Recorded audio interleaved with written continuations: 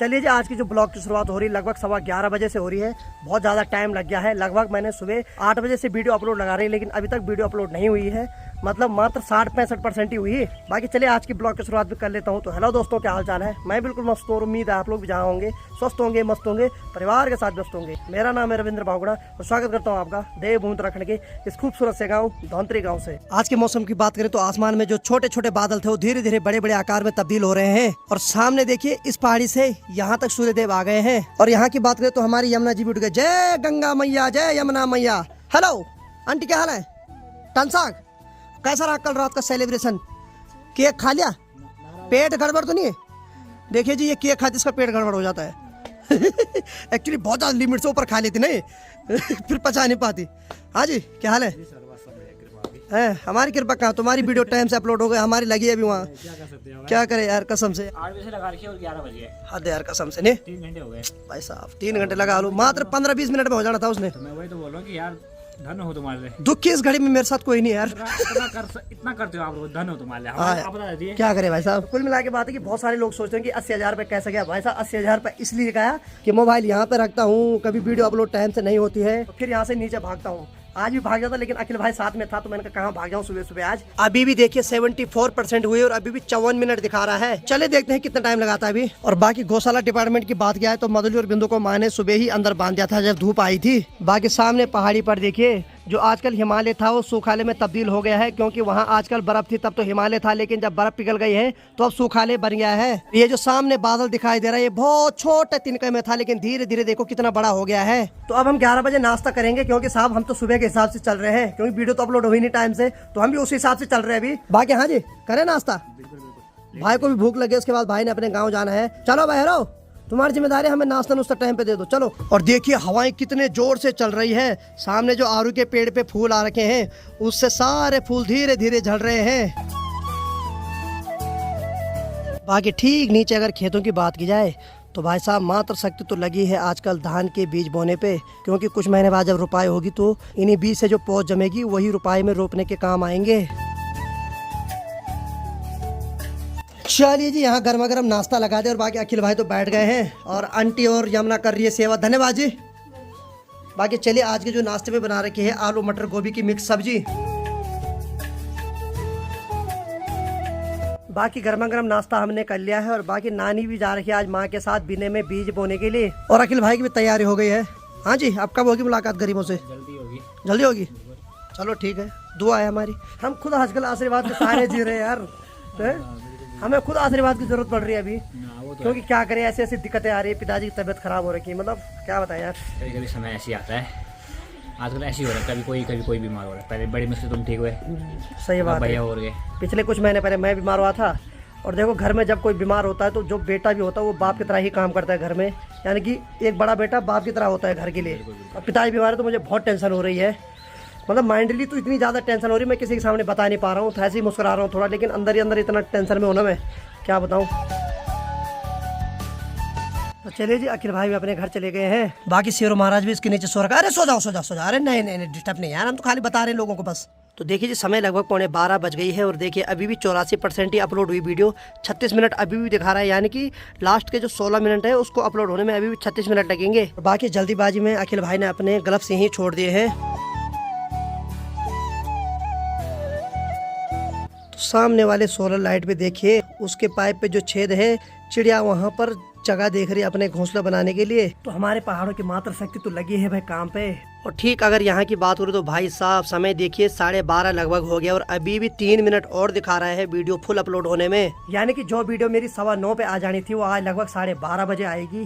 3-3.5 घंटे का फर्क आ जाएगा। तो मेरी वजह से जितने भी लोगों को परेशानी हो रही तो मैं माफी चाहता हूँ। कोशिश मैं पूरी कर रहा हूँ डेली वीडियो अपलोड करने की, लेकिन क्या करें, नेटवर्क ही धोखा दे रहा है। तो अभी ठीक ऊपर देखिए आसमान में काले बादलों के बीच में अभी सूर्य देव घिर गए हैं। और कहते हैं ना, दुनिया में कोई कितना भी बलवान हो लेकिन उसको कोई ना कोई रोक सकता है। ठीक आसमान में जो सूर्य देव दिखाई दे रहे हैं इतने भयंकर ज्वालामुखी है उनके ताप से तो कोई भी जल जाएगा, लेकिन उनकी जो ताप को है वो बादल ही कम कर सकते हैं। सामने वाले गांव के रास्ते में देखिए मातृ शक्ति कितना बड़ा भारा पराल का ले जा रहे हैं। जरूरी नहीं कि छाता तभी लिया जाए जब बारिश होती है, जब भयंकर धूप भी लगती है तो उसमें भी छाता लेना पड़ता है। तो इसीलिए बोलते हैं छाता जो है सुख दुख का साथी कहलाता है, यानी कि धूप में भी और बारिश में भी दोनों जगह काम आता है।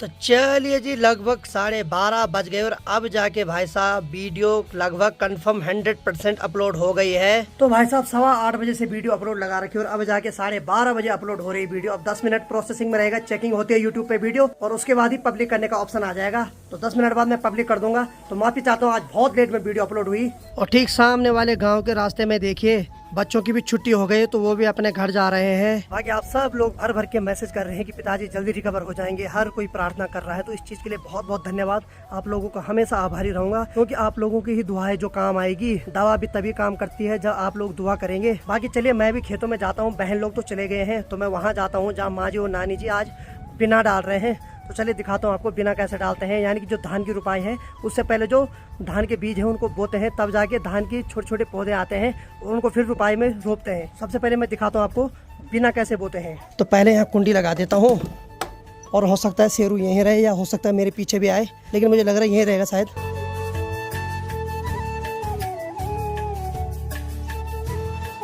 आगे में मौसम कभी कभी तो बहुत ज्यादा गर्म हो रहा है, लेकिन कभी कभी ठंडी हवाएं भी चल रही है। तो रास्ते में चलते चलते मुझे बिच्छू घास भी देखने पड़ेगी, क्योंकि भाई साहब ये जब लगती है ना तो बहुत ज्यादा पेन होता है। और बाकी आजकल सरसों के फूल तो भाई साहब खेतों में 4 चांद लगा रहे हैं।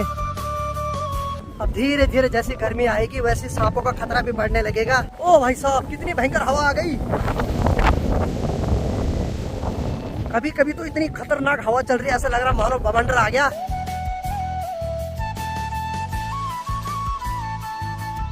और बाकी ये है हमारे गांव वालों की नर्सरी, जहाँ की कीवी की बेल लगा रखी है। आजकल तो कीवी नहीं हो रही, लेकिन अब धीरे धीरे इनमें भी फल फूल आना स्टार्ट हो जाएंगे। और एक नर्सरी ये भी है, यहाँ भी कीवी की बेल लगा रखी है और अंदर जाने के लिए यहाँ पे गेट भी लगा रखा है। और जब रुपाई का टाइम आता है तो उस टाइम इसी नहर से सारे खेतों में पानी पहुँचाया जाता है। अभी तो यहाँ बिल्कुल सूखा हो रखा है, लेकिन 3-4 महीने बाद ही इस नहर में पानी देखने को मिलेगा। तो देखिए जी, इस वाले खेत में माँ जी और नानी जी नाच की बुआई कर रहे हैं। हालांकि धान की बुआई वहाँ भी हो रही है, लेकिन ये वाला जो धान होता है ये सूखी वाली जगह पे बोया जाता है। इसके लिए क्या करते हैं, कुदाल से लंबी लंबी लकीर खींची जाती है और उसमें धान को डाला जाता है। तो एक्चुअली क्या होता है कि धान की रुपाई के लिए जो धान बोया जाता है वो 2 प्रकार से बोया जाता है।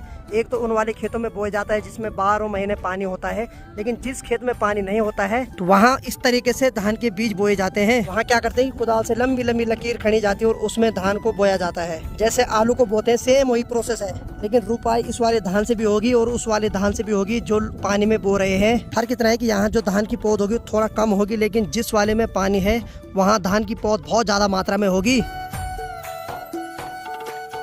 क्या होता है कि एक तरफ से उसको बोया जाता है, दूसरी तरफ से कुदाल से उसके ऊपर मिट्टी डाली जाती है। ठीक कुदाल से जिस साइड खड़ते हैं उसमें फिर से धान डाला जाता है। धान डालने का काम नानी का है और उसको कुदाल से खड़ने का काम माँ जी का है। तो दरअसल जो धान के बीज होते हैं या किसी भी प्रकार के बीज खेतों में बोए जाते हैं वो हर कोई नहीं बोता है। कहते हैं कि जिसके हाथ में जस होता है उसी के हाथ से डाला जाता है, यानी कि किसी के हाथ में होता है एक पावर, गॉड पावर बोलते हैं जिसको। तो किसी के हाथ से जब धान का बीज बोते हैं या कोई भी बीज बोते हैं तो बहुत ज्यादा मात्रा में होता है। ऐसा हमारे पहाड़ों में मान्यता होती है। तो हमारे यहाँ नानी के हाथ में पावर है, इसीलिए नानी धान का बीज बो रही है। बाकी एक धान के बीज यहाँ बोए जा रहे हैं और एक धान के बीज ठीक सामने जो बजाड़ा है वहाँ बोए जा रहे हैं। तो मैं आपको बताता हूँ वहाँ कैसे बोते हैं। वहाँ बहुत गहरे डूब जाते हैं, कमर कमर तक। उसमें जाना हर किसी की बात नहीं होती है।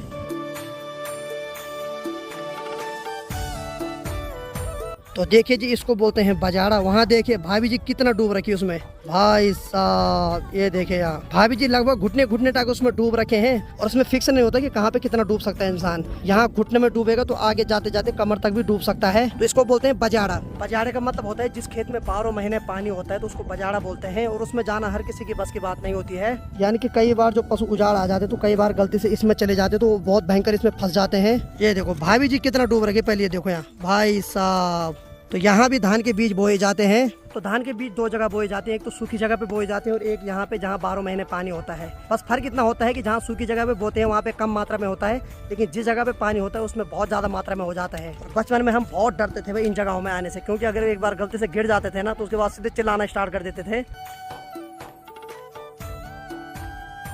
तो अभी इसको भाभी जी सुधार रहे हैं, यानी कि कुदाल से खड़ाई कर रहे हैं। जब ये जो हरा हरा है ये सारा मिक्स हो जाएगा, उसके बाद इसके ऊपर धान के बीज डाले जाएंगे। और ये जो बजाड़ है इसकी सफाई तो हो गई है। और बाकी यहाँ देखिए, यहाँ ताई जी डाल रहे हैं अब इसमें बीज।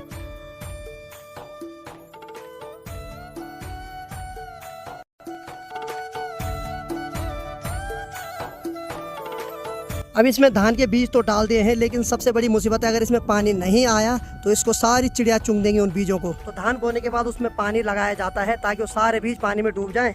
और उसके बाद 3-4 महीने तक उसमें कंटिन्यू पानी ही रहेगा। और 4 महीने बाद फिर उनमें पौध जम के आ जाएगी। तो हमारी जो आखिरी रुपाई होती है वो इसी खेत में होती है। और ये वही खेत है जहाँ मैंने आलोक यानी कि पहाड़ी बाइकर और अखिल भाई ने खूब मस्ती की थी रुपाई के आखिरी दिन में। तो पहाड़ों में बचपन से ही बच्चों को काम करना सिखाया जाता है, यानी कि किस प्रकार से खेती करना है, कैसे उनको आगे बढ़ाना है। और ये जो पत्ते हैं इनको हम अपनी लोकल भाषा में बासिया बोलते हैं, यानी कि जब चोट लगती है तो इनको मसल के इसका रस उस चोट के ऊपर डाला जाता है और वो चोट एकदम ठीक हो जाती है। तो इसको हम लोकल भाषा में बासिया बोलते हैं। तो फाइनली इस वाले खेत में माँ जी और नानी जी ने यहाँ पर धान की बुआई कर दी है। अब रिजल्ट 3-4 महीने में दिखेगा नहीं।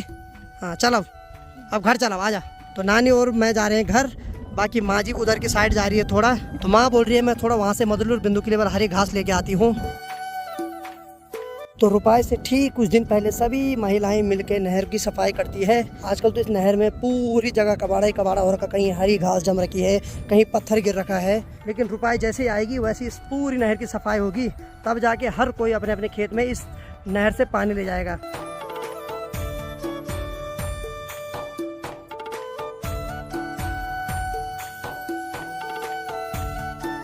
तो देखिए जी, हमारे पहाड़ का जीवन भले ही कठिनमय होता है, लेकिन हमारे पहाड़ में आपको शुद्ध हवा, शुद्ध पानी, शुद्ध भोजन, हर चीज़ शुद्ध मिलेगी। तो देखिए जी, मेरी नानी और मेरे माँ जी पे उम्र का कभी भी प्रभाव नहीं पड़ता है।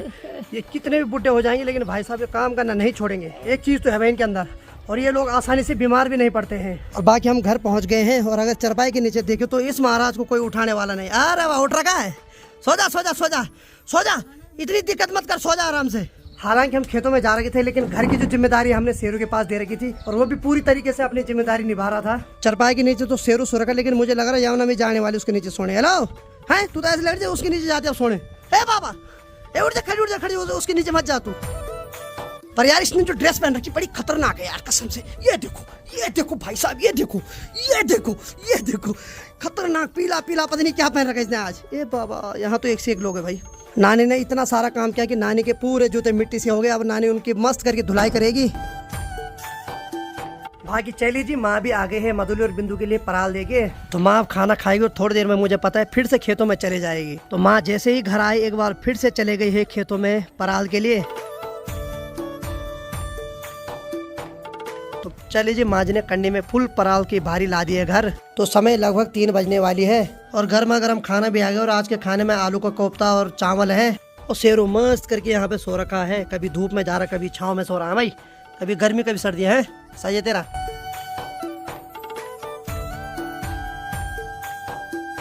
तो चलिए जी, फाइनली मधुरी और बिंदु को बाहर निकाल दिया है। तो यमुना तो इस छोटी सी क्यारी की सफाई कर रही है, और बाकी यहाँ देखिए पुदीने के छोटे छोटे पौधे लगे हुए हैं। अब जैसे धीरे धीरे गर्मी का मौसम आने वाला है तो पुदीने की चटनी खाने का और ही मजा आता है। बाकी समय 4 बज गए और माँ लगी है कंडी पे गोबर सारने पे। और माँ ये जो गोबर ले जा रही है ठीक सामने उस वाले खेत में ले जा रही है जिसको हम डांग बोलते हैं, जहाँ की कुछ दिन पहले पत्थर ला रहे थे। ये देखिए जी, यहाँ पर माँ ने गोबर का चट्टा लगा रखा है। फिर पिताजी ने बोला कि बेटा तुम ही आ जाओ। तो कल सुबह मुझे और अनीता को जाना ही पड़ेगा अर्जेंट में, क्योंकि पिताजी की तबीयत अभी वैसी है। तो कल सुबह मैं और अनीता जाएंगे यहाँ से दिल्ली के लिए। और बाकी अभी जल्दी सो जाते हैं क्योंकि हमें सुबह उठना पड़ेगा। पहाड़ों में पहले गाड़ी नहीं मिलती है, हमें किसी भी हाल में 12 बजे तक पहले ऋषिकेश पहुँचना पड़ेगा, तब जाके वहाँ से टाइम से गाड़ी मिलेगी। तो चलिए आज की वीडियो को इतना रखते हैं। उम्मीद है आपको आज का वीडियो पसंद आया होगा। वीडियो अगर पसंद आए तो वीडियो को लाइक करो, शेयर करो, अपने पहाड़ी भाई को ऐसे प्यार दो जैसे आप दे रहे हैं। और दुआएं जरूर करना ताकि पिताजी जल्दी रिकवर हो जाएं। तो मिलते हैं किसी अगले ब्लॉग के साथ, तब तक के लिए जय हिंद, जय देवभूमि Uttarakhand. Bye bye, good night, take care.